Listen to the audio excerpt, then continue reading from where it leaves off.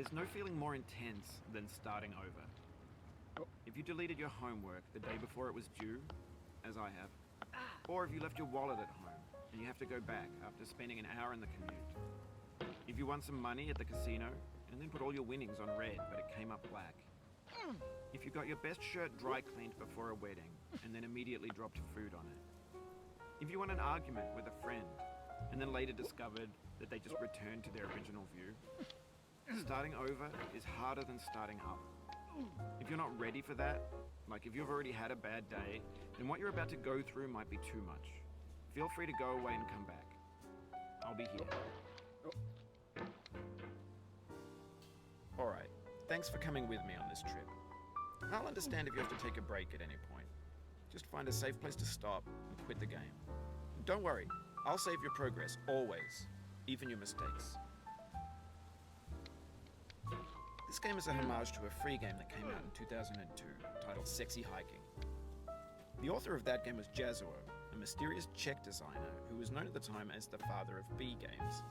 And B games are rough assemblages of found objects. Designers slap them together very quickly and freely, and they're often too rough and unfriendly to gain much of a following. They're built more for the joy of building them than as polished products.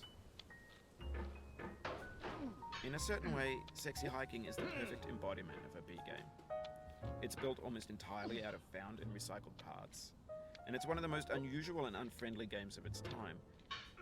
In it, your task is simply to drag yourself up a mountain with a hammer. And that act of climbing, in the digital world or in real life, has certain essential properties that give the game its flavor. No amount of forward progress is guaranteed. Some cliffs are too sheer or too slippery. And the player is constantly, unremittingly in danger of falling and losing everything. Anyway, when you start Sexy Hiking, you're standing next to this dead tree that blocks the way to the entire rest of the game. It might take you an hour to get over that tree, and a lot of people never got past it. You prod and you poke at it, exploring the limits of your reach and your strength, trying to find a way up and over. And there's a sense of truth in that lack of compromise. Most obstacles in video game worlds are fake. You can be completely confident in your ability to get through them once you have the correct method or the correct equipment or just by spending enough time. In that sense, every pixelated obstacle in Sexy Hiking is real. The obstacles in Sexy Hiking are unyielding, and that makes the game uniquely frustrating. But I'm not sure Jazuo intended to make a frustrating game. The frustration is just essential to the act of climbing, and it's authentic to the process of building a game about climbing. A funny thing happened to me as I was building this mountain. I'd have an idea for a new obstacle, and I'd build it, test it, and it would usually turn out to be unreasonably hard. But I couldn't bring myself to make it easier. It already felt like my inability to get past a new obstacle was my fault as a player rather than as a builder. Imaginary mountains build themselves from our efforts to climb them, and it's our repeated attempts to reach the summit that turns those mountains into something real. When you're building a video game world, you're building with ideas, and that can be like working with quickset cement.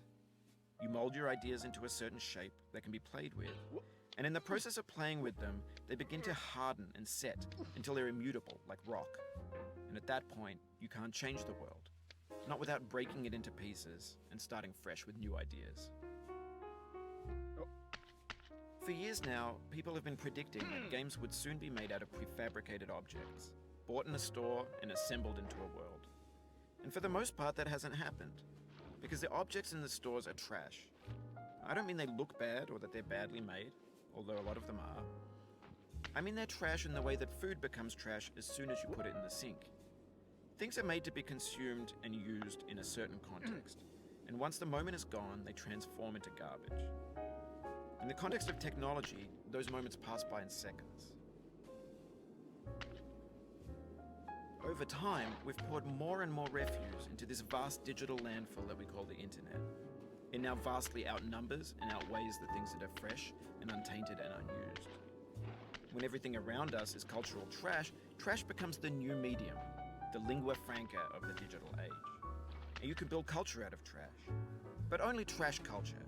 B games, B movies, B music, B philosophy.